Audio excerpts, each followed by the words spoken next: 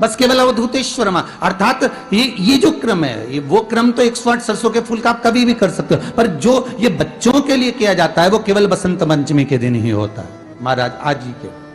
बसंत पंचमी का दिन, महाराज सरस्वती का दिन, जिस दिन जो बच्चा पढ़ने में कमजोर होता है उसके हाथ से बसंत पंचमी के दिन सरसों के 31 फूल शंकर जी को चढ़ा दिए जाते हैं, तो बच्चा पढ़ने में अव्वल निकल जाता है।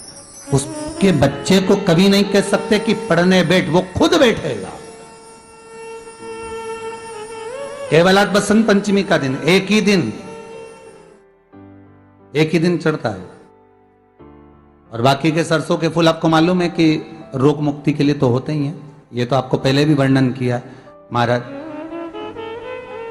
कि जब कोई एकदम रोग आ जाए और डॉक्टर एकदम बोल दे कि ये रोग भारी आ गया है और इसकी जांचें जाएंगी और फिर ये कुछ भी हो सकता है, तो क्या करा जाता था कि 108 सरसों के फूल लाकर तुरंत शंकर भगवान को चढ़ाए जाते थे महाराज। तो चढ़ाने के बाद में रिपोर्ट अच्छी आती है। ऐसा नियम है। कहीं ठेका, कोई ठेकेदारी करते हैं ना, जो ठेका भरते हैं कि भाई मेरा टेंडर आना चाहिए, मेरा ये काम होना चाहिए, मेरी मल्टी बनना चाहिए, या मेरा ये काम के लिए जा रहा हूं, ये काम फतेह होना चाहिए, उसके सबके हाथ पैर जोड़ने से अच्छा है एक काम करो, बस 108 सरसों के फूल उठाओ, शंकर जी का उद्धतेश्वर महादेव का नाम लिखो और छोड़ दो, शिव जी के ऊपर एक एक कर चढ़ा दो, वो ठेका तुम्हें ही मिलेगा,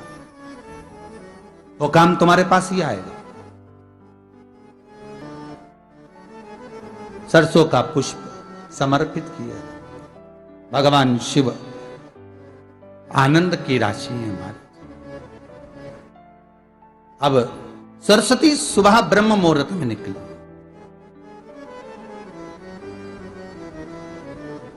और सरस्वती जब ब्रह्म मुहूर्त में निकलती है, वेद और माला लेकर स्मरण करती है महाराज,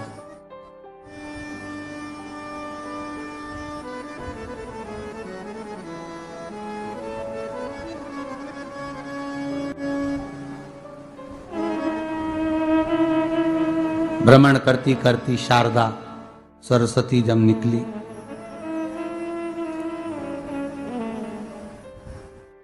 शिव महापुराण की कथा कहती और गर्ग संहिता कहती है, जैसे जैसे सूर्य का प्रकाश तीव्र होते चले जाता है, सरस्वती उस प्रकाश में आनंद बिखरती हुई, वीणा के स्वर देती हुई माता सरस्वती गाती गाती पितरों के समय से पहले ही आलोप हो जाती, आलोप हो जाती। जैसे ब्रह्मा जी की धर्म पत्नी सावित्री नित्य स्मरण करने में, भगवान की सेवा में तत्पर रहने वाली है,